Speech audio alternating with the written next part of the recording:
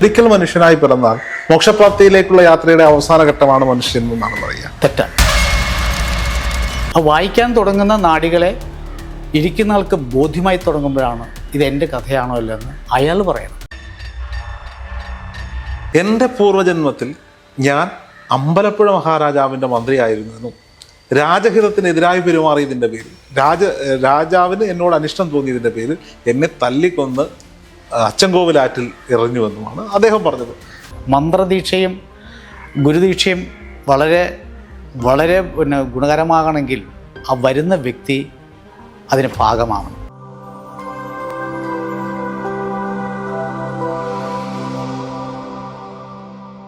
എങ്കിലും എൻ്റെ മാത്രമായിരിക്കില്ല, എല്ലാവരുടെയും സംശയമായിരിക്കും. ഒരു പുസ്തകം കേവലം അല്ലെങ്കിൽ എത്ര പേജുകളൊന്നും എനിക്കറിയില്ല, ഒരു പുസ്തകം, ആ പുസ്തകത്തിൽ എങ്ങനെയാണ് ഈ ലോകത്തുള്ള ആര് വന്നാലും പറഞ്ഞു കൊടുക്കത്തോളം ഇത് ഒരു ഉപാസനയാണ്. ഒരു ഉപാസന മന്ത്രം കൊണ്ട് ജപിക്കുകയും അത് ഒരു തറി രൂപത്തിൽ അതിനകത്ത് കിടക്കുന്ന അക്ഷരങ്ങളെ പെറുക്കി പെറുക്കി നമ്മളൊരു വസ്ത്രം നെയ്യുന്നത് എങ്ങനെയാണോ ആ വസ്ത്രം ചെയ്യുന്ന രീതിയാണ് അതിൻ്റെ കീ. അപ്പോൾ ഒരുപാട് നൂലുകൾ നമ്മൾ കാണുന്നുണ്ട്. പക്ഷെ എങ്ങനെയാണ് നമുക്കൊരു വസ്ത്രം ധരിക്കാൻ പറ്റുന്നത് ചോദിച്ചാൽ അത് നെയ്തെടുക്കണം. അപ്പോൾ ഒരു വ്യക്തി വന്നിട്ടുണ്ടെങ്കിൽ ഈ വന്നിരിക്കുന്ന വ്യക്തി ശരിയാണെന്ന് അറിയണമല്ലോ. അപ്പോൾ ഒരക്ഷരം വേറെ വല്ലതുമാണെങ്കിൽ അതിനെ നേരെ ഇവിടെ കൊണ്ടുവരണം, മറ്റേ ഇവിടെ കൊണ്ടുവരണം. ഈ വരുമ്പോഴാണ് ഈ പേരുകൾ അച്ഛൻ അമ്മ എന്നുള്ള പേരുകളൊക്കെ അങ്ങനെയാണ് കിട്ടുന്നത്. ഇതെല്ലാം പര്യായങ്ങളാണ്.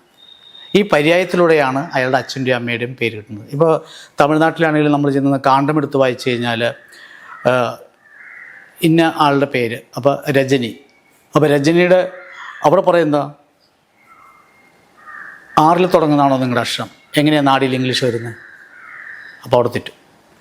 നമ്മുടെ സംഹിതാ സമ്പ്രദായത്തിൽ ആ വിഷയമല്ല ഉള്ളത്.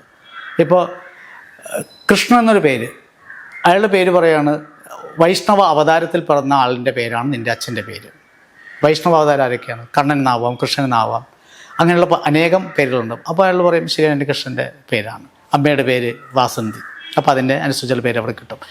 ഇതെല്ലാം കൂട്ടി ഇണക്കി കൊണ്ടുപോയി ആ ആൾ തന്നെയാണോ എന്ന് ബോധ്യമായതിന് ശേഷമാണ് ഈ നാഡി വായിക്കാൻ തുടങ്ങുള്ളൂ.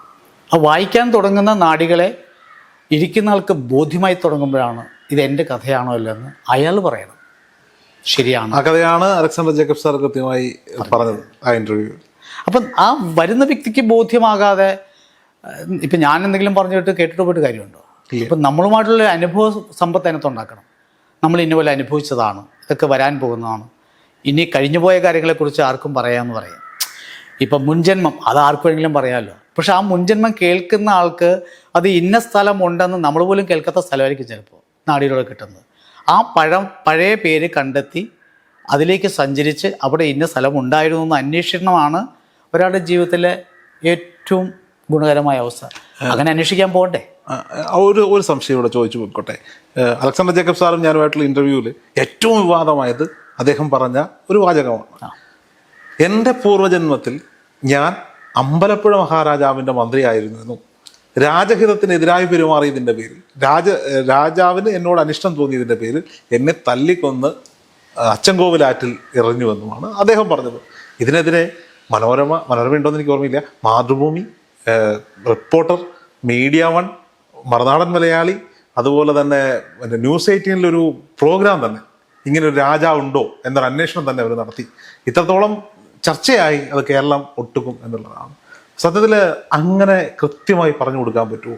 എങ്ങനെയാണ് ഇദ്ദേഹം മരണപ്പെടുന്നത്, എവിടെയാണ് ജനിച്ചത്, എങ്ങനെയാണെന്ന്? തീർച്ചയായിട്ടും അതാ പറഞ്ഞത്, സോളും തമ്മിൽ കണക്റ്റഡ് ആവും. ഇപ്പോൾ രോഹിത് വന്ന് എൻ്റെ മുമ്പിലിരിക്കുമ്പോൾ മധുസൂദന പണിക്കർ എന്ന് പറഞ്ഞ് ഞാനും രോഹിതും തമ്മിലൊരു ബന്ധവുമില്ല. പക്ഷെ അങ്ങയുടെ ആത്മാവിന് പേരുണ്ടോ? ഇല്ല. അങ്ങയുടെ പേര് ആരിട്ടതാ? അച്ഛനും അമ്മയും. അപ്പം അങ്ങയുടെ സ്വന്തമല്ലല്ലോ ആ പേര്? അല്ല. എൻ്റെ പേര് സ്വന്തമല്ല. അല്ല. അപ്പം നമുക്ക് വിളിക്കാനൊരു പേര് തന്നത് ആരാണ്? അച്ഛനും അമ്മയും. അപ്പോൾ സ്വന്തമായിട്ടൊരു പേര് പോലും നമുക്കില്ല. അപ്പോൾ സോള് എവിടെയാണ് ജനിച്ചത്, ആരായിരുന്നു എന്നുള്ളത് വ്യക്തമായിട്ട് അതിനകത്ത് പറയുന്നുണ്ട്. അത് ഞാൻ കുറച്ചും പൂർവ്വമല്ലേ, അത് വായിച്ചെടുക്കേണ്ട രീതിയിൽ വായിച്ചെടുത്താൽ അത് അന്വേഷിച്ചു പോയാൽ കിട്ടുമെന്നുള്ളൊരു ഉറപ്പാണ്. ആ രാജാവ് ഉണ്ടായിരുന്നു, ആ രാജാവ് ഇന്നത് ചെയ്തു. അത് സാറ് പറഞ്ഞത് വ്യക്തമായി ശരിയാണ്. കാരണം വെച്ചാൽ അത് അന്വേഷിക്കണം. പൂർവ്വകാലഘട്ടത്തിൽ ഇങ്ങനെ ഒരു രാജാവ് ഉണ്ടായിരുന്നോ, ഇങ്ങനെയൊരു സംഭവം ഉണ്ടായിരുന്നോ എന്നൊക്കെ എത്രയോ കാലഘട്ടത്തിന് മുമ്പുള്ള ചരിത്രമായിരിക്കും. 500 വർഷങ്ങളും 1000 വർഷങ്ങൾക്ക് മുമ്പുള്ള കഥകൾ പറയുമ്പോൾ ഈ 500 വർഷങ്ങൾക്കിടയ്ക്ക് ഇദ്ദേഹം ഒരുപാട് ജന്മമെടുക്കും. മനുഷ്യനായിട്ട് ജനിക്കുന്നില്ല. പട്ടിയും പൂച്ചയും മൃഗവും ഒക്കെ ആയിട്ട് ജനിച്ച ഓരോ യോനികളിലും. എനിക്കൊരു സംശയമുണ്ട്. ഒരിക്കൽ മനുഷ്യനായി പിറന്നാൽ മോക്ഷപ്രാപ്തിയിലേക്കുള്ള യാത്രയുടെ അവസാന ഘട്ടമാണ് മനുഷ്യൻ എന്നാണ് പറയുക. തെറ്റാണ്. അതൊരു തെറ്റായ വാക്യമാണ്. മോക്ഷപ്രാപ്തിയിലേക്ക് മനുഷ്യൻ എങ്ങനെ എത്തപ്പെടും? അങ്ങനെയാണെങ്കിൽ അവൻ്റെ പുനർജന്മം പിന്നെ വരണ്ടില്ലേ? ഞാൻ പറഞ്ഞല്ലോ, മോക്ഷം എന്ന് പറയുന്നത് അവധൂതന്മാരിൽപ്പെട്ടവർക്കേ കിട്ടുള്ളൂ. അല്ലെങ്കിൽ അവൻ അവധൂതനാവണം. മോക്ഷമൊന്നുമില്ല, സാധാരണക്കാർക്ക് മോക്ഷമില്ല. ഇല്ല, സാധാരണക്കാർക്കെന്നല്ല, ഗുരുക്കന്മാർക്കും ഇല്ല. ഒരാൾക്കും മോക്ഷം കിട്ടില്ല. ഈ ഗുരു എന്ന് പറയുന്നത് പരമശിവ ചൈതന്യത്തിലേക്ക് ലയിക്കുന്ന സമയത്താണ് അവൻ ഗുരുവായിത്തീരുന്നത്. അതാണല്ലോ ശിവോഹം എന്ന് ഞാൻ നേരത്തെ പറഞ്ഞത്. ഞാൻ തന്നെയാണ് ശിവനെന്ന ബോധം എപ്പോൾ ഒരുത്തിനുണ്ടാകുന്നുവോ അവൻ ഗുരുവായി തുടങ്ങി. അപ്പം മോക്ഷം എന്ന് പറയുന്ന ഇപ്പം ഞാൻ പറയാം, ഞാൻ 2-3 ശിഷ്യന്മാരെ വിളിച്ചിരുത്തിയിട്ട് ഞാൻ അവർക്ക് മന്ത്രോപദേശം കൊടുത്തു. പക്ഷെ ഞാൻ അവിടെ ഗുരുവാകുന്നില്ല. ഞാൻ ഗുരുവാകണമെങ്കിൽ എനിക്കൊരു ഗുരുവുണ്ട്. ആ എന്നിലൊരു ഗുരു കിടപ്പുണ്ട്. ആ ഗുരുവിനെ ഞാൻ കണ്ടെത്താനുള്ള ശ്രമം നടത്തണം ആദ്യം. എങ്കിലും എനിക്ക് ഉപദേശിക്കാൻ അർഹതമാകും. അതിനാണ് പരീക്ഷണം എന്ന് പറയുന്നത്. അപ്പോൾ പരീക്ഷണത്തിലേക്ക് നമ്മൾ കടക്കണമെങ്കിൽ വന്നിരിക്കുന്ന വ്യക്തിക്ക് ഉപദേശം കൊടുക്കാൻ പറ്റുന്ന വ്യക്തിയാണെന്ന് ആദ്യമേ നമ്മൾ ചിന്തിക്കണം. ഇന്നത്തെ കാലഘട്ടത്തിൽ കുറച്ച് മുമ്പ് രോഹിത് പറഞ്ഞ പോലെ തന്നെ 10,000 രൂപ കൊടുത്തു കഴിഞ്ഞാൽ എന്താ ദീക്ഷ കിട്ടുമെന്ന് പറഞ്ഞില്ലേ? അപ്പോൾ ദീക്ഷയാണോ കിട്ടിയത്, ഗുരുവിൻ്റെ ആഗ്രഹം സംതൃപ്തിയാണോ കിട്ടിയത്? 10,000 രൂപയുടെ സംതൃപ്തി കിട്ടി. അല്ലെങ്കിൽ 10,000 രൂപയ്ക്കാണോ ദീക്ഷ കിട്ടുന്നത്? അല്ല. ഒരു ശിഷ്യൻ അലയണം, ഗുരുവിനെ അന്വേഷിച്ചുള്ള യാത്ര ചെയ്യണം. അവസാനം ആ ശിഷ്യൻ കണ്ടെത്തണം ഇതാണ് എൻ്റെ ഗുരു എന്ന്. അവിടെയാണ് ഗുരുവും ശിഷ്യനും യഥാർത്ഥ ബന്ധമാവുന്നു. അപ്പോൾ ആ ശിഷ്യന് നമുക്ക് ദീക്ഷ കൊടുക്കാൻ പറ്റും. ഇവിടെ വരുന്നവരുടെ ദീക്ഷ ചോദിച്ചു വരുന്ന ഒരുപാട് പേരുണ്ട്. ഞാൻ നടക്കില്ല, കൊടുക്കില്ല എന്ന് പറയും. അപ്പോൾ ദീക്ഷ കൊടുക്കേണ്ടി വരുന്ന ആൾക്കാർക്ക് വെറുതെ വന്നിട്ട് ദീക്ഷ മേടിക്കാൻ പറഞ്ഞാൽ ദീക്ഷയൊന്നും കൊടുക്കാൻ പറ്റില്ല. മന്ത്രദീക്ഷയും ഗുരുദീക്ഷയും വളരെ വളരെ ഗുണകരമാകണമെങ്കിൽ ആ വരുന്ന വ്യക്തി അതിന് പാകമാകണം. ഇല്ല, കിട്ടത്തില്ല. ഇതാണ് ഈ നമ്മുടെ ആധ്യാത്മിക വിഷയങ്ങളിൽ ഉണ്ടാകുന്ന പരസ്പര വിരുദ്ധമായ കാര്യങ്ങൾ. നമ്മുടെ ചോദ്യം അവിടെ ബാക്കിയാണ്. മനുഷ്യജന്മം എന്ന് പറയുന്നത് മോക്ഷപ്രാപ്തിയിലേക്കുള്ള അവസാന യാത്രയല്ല എന്ന് പറഞ്ഞു. എങ്കിലും ഒരിക്കൽ മനുഷ്യജന്മം എടുത്താൽ പിന്നീട് മറ്റു ജീവജാലങ്ങളിലേക്ക് വീണ്ടും ജന്മം എടുക്കേണ്ട ആവശ്യം അത് ആ ജന്മത്തിൻ്റെ പാപകർമ്മങ്ങൾ മനുഷ്യനാണല്ലോ എപ്പോഴും പാപം ചെയ്യുള്ളൂ. ഞാൻ കേട്ടിട്ടുള്ളത് 1-2 പേര് ഗുരുക്കന്മാരുമായി സംസാരിച്ചപ്പോൾ എനിക്ക് കിട്ടിയൊരു അറിവ്, ഒരിക്കൽ ഒരുപാട് നായായും നരിയായും പുഴുവായും ഒക്കെ ജനിച്ച അവസാനം മനുഷ്യജന്മം എടുത്തതിന് ശേഷം പിന്നീട് തിരിച്ചു പോകേണ്ട ആവശ്യമില്ല. ആ ജന്മത്തിൽ നിന്ന് അടുത്ത മനുഷ്യജന്മത്തിലേക്കുള്ള യാത്രയായിരിക്കും. അല്ല, അതാണ് പറയുന്നത്. നമ്മൾ ഒരു മനുഷ്യജന്മം സ്വീകരിച്ചു കഴിഞ്ഞാൽ മോക്ഷം കിട്ടുവാണെങ്കിൽ നമ്മൾ എന്തിനാണ് പിന്നീട് പാപങ്ങൾ ചെയ്യുന്നത്? ഞാൻ പറഞ്ഞല്ലോ, കുറച്ചും പറഞ്ഞല്ലോ, നമ്മൾ അറിഞ്ഞും അറിയാതെയൊക്കെ പാപം ചെയ്യും. ആ പാപത്തിൻ്റെ ഫലം നമ്മൾ തന്നെ തീർക്കണ്ടേ? അപ്പോൾ അതെങ്ങനെയാണ്? ഓരോ യോനികളിലൂടെ പ്രവേശിച്ചിട്ടേ അത് പറ്റുള്ളൂ.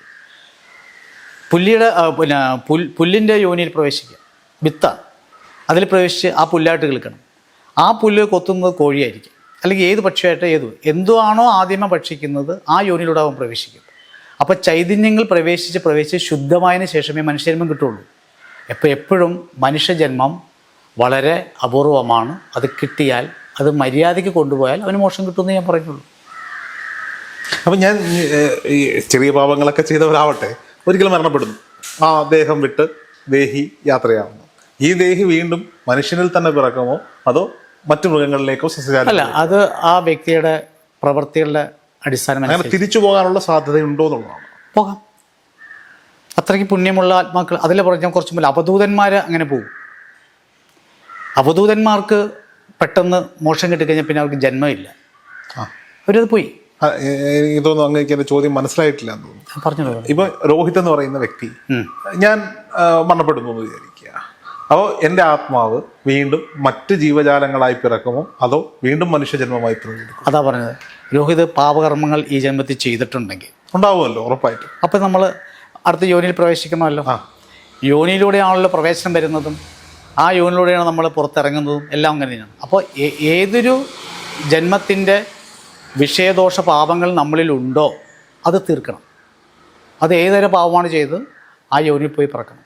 നമ്മളൊരു ബലി നടത്തി, പൂച്ചയെ കൊന്നു, നമ്മൾ ആ പൂച്ചയിൽ ജനിക്കണം, എന്നിട്ടേ നമുക്ക് മുക്തി വരുമ്പോൾ. ഈ മനുഷ്യനൊക്കെ വെച്ച് തിന്നുന്ന കോഴിയും പശുവും പോത്തായും ഒക്കെ തന്നെ പിറക്കേണ്ടി വരുമോ? ഈ കൊന്നാ തിന്നാൻ കൊന്നാ ശവം കൊന്നാ പാപം തിന്നാ തീരുന്നാണ്. കൊന്നതാരാ? വേറൊരാളാ. അയാളുടെ പാപം തീരുന്നുണ്ടോ? ഇല്ല. അയാളത് വിൽക്കുകയല്ലേ ചെയ്യുന്നു. അതെ. അപ്പോൾ ആ പാപം അയാൾക്കല്ലേ എടുക്കുന്നത്. നമ്മൾ ആ അവശിഷ്ടം കഴിക്കുന്ന ഒരാളാണ്. കഴിക്കുന്നതാരാ? നമ്മുടെ ചൈതന്യം അടങ്ങിയിരിക്കുന്ന ശരീരമാണ്. ആത്മാവിനെ പാപകർമ്മം ഉണ്ടാക്കുന്നത് നമ്മളുടെ അച്ഛൻ, അമ്മ, ഗുരു, അനിയൻ, ജ്യേഷ്ഠൻ, ഇങ്ങനെയുള്ള മനുഷ്യ ആത്മാക്കളെ നമ്മൾ മാനസികമായിട്ട് വിഷമിപ്പിക്കുകയോ. അപ്പോൾ നോൺ വെജ് കഴിക്കുന്നതുകൊണ്ട് പാപമില്ല. നോൺ വെജ് എന്ന് പറഞ്ഞാൽ അത് ഇപ്പം ഞാൻ ചോദിക്കട്ടെ, ഒരു ചെരുപ്പ്, റബ്ബറിൻ്റെ ചെരുപ്പ് എടുത്ത് മസാലയൊക്കെ ഇട്ട് തന്നാലും നമ്മൾ അത് ഇറച്ചിയായിട്ട് കഴിക്കും. അവിടെ മസാല കഴിക്കുന്നത് ആ ജഡത്തിന് എന്താ വിഷം? അങ്ങനെയാണെങ്കിൽ അഘോരികൾ കഴിക്കുന്നില്ലേ? നാഗസന്യാസിമാർ മനുഷ്യമാംസം കഴിക്കുന്നുണ്ട്. അപ്പോൾ മാംസം എന്ന് പറയുന്നത് വെറും ഒരു വേസ്റ്റാണ്. അതല്ലേ പറഞ്ഞത്, പിണ്ഡമാകുന്ന വസ്തുവിനെ നമുക്ക് എന്ത് ചെയ്യാം. പക്ഷേ പൂജാകർമ്മങ്ങൾ ചെയ്യുന്നവർ അത് ഉപേക്ഷിക്കണമെന്ന് പറയാൻ കാരണം അമ്ലത്വമുള്ളതുകൊണ്ട്. ഉള്ളി കഴിക്കാൻ പാടില്ല ബ്രാഹ്മണന്, അമ്ലത്വമുണ്ട്. ഇതൊന്നും കഴിക്കാതെ ഒരു പൂജ ചെയ്താൽ, സാത്വിക പൂജയ്ക്ക് ചെയ്താൽ, എന്നാൽ കൗളമാർഗത്തിൽ വെച്ച് ഇത് അനുവദീയമാണ്, ചെയ്യാം. അപ്പോൾ ഈ രണ്ടും രണ്ട് തലങ്ങളായതുകൊണ്ട്. പക്ഷേ എപ്പോഴും ശ്രദ്ധിച്ചുകൊണ്ട് കൗളങ്ങൾ ചെയ്യുന്നവർക്ക് എപ്പോഴും അവസാന നിമിഷം ദുരിതത്തിൽപ്പെടുകയും ചെയ്യും. ദുരിതത്തിൽപ്പെട്ടതിന് ശേഷമാണ് അത് പോകുന്നത്. നമ്മുടെ ചോദ്യം അതല്ല, നമുക്കിത് മോക്ഷം കിട്ടുമോ എന്നുള്ളതാണ്. മോക്ഷം കിട്ടുന്നത് ഇങ്ങനെയാണ്. ഒരാളെ നമ്മൾ മനസ്സറിഞ്ഞ് ദ്രോഹിക്കുകയാണെങ്കിൽ, അയാളുടെ ആത്മാവ് നോവുകയാണെങ്കിൽ, ആ ആത്മാവിനെ നൊന്തത് എത്രയാണോ അത്രയും ആ പവറാണ് നമ്മൾ പിന്നെയും ജന്മത്തിന് കാരണമായി തീരുന്നത്. ഇല്ലെങ്കിൽ ഇതൊന്നുമില്ല, നമ്മൾ നേരെ പോകും. ജനിച്ചാൽ മരണമെന്ന് പറയുന്നതും നമ്മുടെ കൂടെ വരുന്ന ആ നിഴലും നമ്മളെ ഫോളോ ചെയ്യുന്നത് എന്തിനു വേണ്ടി വെച്ചാൽ ഇത് നിമിഷം തോറും നീ എന്തൊക്കെ ചെയ്യുന്നുണ്ട് എന്നറിയാൻ വേണ്ടി മാത്രമാണ്. ഇതറിയാത്ത മനുഷ്യനാണ് ഒരുപാട് പാപകർമ്മങ്ങളിലേക്ക് പെട്ടുപോകുന്നത്. മരണം എന്നതാണ് ശാശ്വതമായ സത്യം എന്ന് പറയുന്നത് വെറും തെറ്റാണ്. അത് താൽക്കാലികമാണ്. മരണം പോലും താൽക്കാലികമാണ്. കാരണം വെച്ചാൽ ഇപ്പോൾ ഞാൻ ഈ ബോഡിയിൽ നിന്ന് രക്ഷപ്പെടാൻ വേണ്ടി മരിക്കുന്നു. ചിലർ ആത്മഹത്യ ചെയ്യും.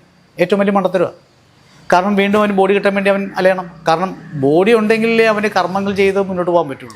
അലക്സാണ്ടർ ജേക്കബ് സാറിനോട് ചോദിക്കാൻ വെച്ചൊരു ചോദ്യമാണ്. പക്ഷേ എനിക്കത് ഇപ്പം ചോദിക്കണമെന്ന് തോന്നുകയാണ്. അദ്ദേഹം കഴിഞ്ഞ തവണ കഥ പറഞ്ഞപ്പോൾ അദ്ദേഹം കഥകളായിട്ടാണ് പറയുക. ആ കഥകൾ ഒരു പ്രേക്ഷകനെ പോലെ ഞാൻ കേട്ടിരിക്കുക മാത്രമാണ് ചെയ്തത്. ഒരു ചോദ്യം പോലും ചോദിക്കാതെ ഏതാണ്ട് 1.5 മണിക്കൂർ നേരത്തോളം ഞാൻ കേട്ടിരിക്കുകയും മാത്രമാണ് ചെയ്തത്. അദ്ദേഹത്തെ പോലത്തുള്ളൊരു മഹൽ വ്യക്തിക്ക് അറിവിൻ്റെ നിറകുടമാണ്. അദ്ദേഹം ഇതുപോലെ തന്നെയാണ്. അതായത് അറിവുകളെ പകർത്തുന്ന ഒരാളെ വിമർശിക്കാൻ ഒരുപാട് പേരുണ്ടാവും. പക്ഷെ അറിവുകൾ സ്വീകരിക്കാൻ തയ്യാറാകുന്നവരാണ് യഥാർത്ഥത്തിലുള്ള കേൾവിക്കാർ. എനിക്ക് തന്നത് 10 മിനിറ്റാണ്. എനിക്ക് അദ്ദേഹം തന്നത് 10 മിനിറ്റ്. കാരണം എനിക്ക് ഇന്റർവ്യൂ തരാനല്ല അദ്ദേഹം വരുന്നത്. ഒരു ചോദ്യമേ എനിക്കുള്ളൂ എന്ന് ചോദിച്ചു. അങ്ങോട്ട് ചോദിച്ചാൽ അതേ ചോദ്യം പൂർവ്വജന്മവും പുനർജന്മവും ഉണ്ടോ? 2.5 മണിക്കൂർ കഴിഞ്ഞിട്ടാണ് അദ്ദേഹം നിർത്തിയത് എന്നുള്ളതാണ്. എന്തായാലും ഞാൻ അദ്ദേഹത്തിനോട് ചോദിക്കാം. അദ്ദേഹം പറഞ്ഞ ഒരു കഥയിൽ ഒരു ആത്മാവിനെ തിരിച്ചു വിളിച്ച് കേസ് അന്വേഷിച്ചൊരു കഥ പറഞ്ഞു. അപ്പോൾ സ്വാഭാവികമായിട്ടും ആ ആത്മാവ് പറയുന്നുണ്ട് വളരെ വേദനയുണ്ട് മടങ്ങി വരുമ്പോൾ. അത് കേട്ടിട്ട് അവരുടെ ഭാര്യ സാറേ ഇനി വിളിക്കല്ലേ എന്ന് പറയുന്നു. ഈ കഥ പലരും വിമർശിച്ചു കേട്ടു. സത്യത്തിൽ വേദന എന്ന് പറയുന്നത് ഈ ഫിസിക്കൽ ബോഡിക്ക് മാത്രമല്ലേ ഉള്ളൂ? അതിലേ ഉള്ളൂ.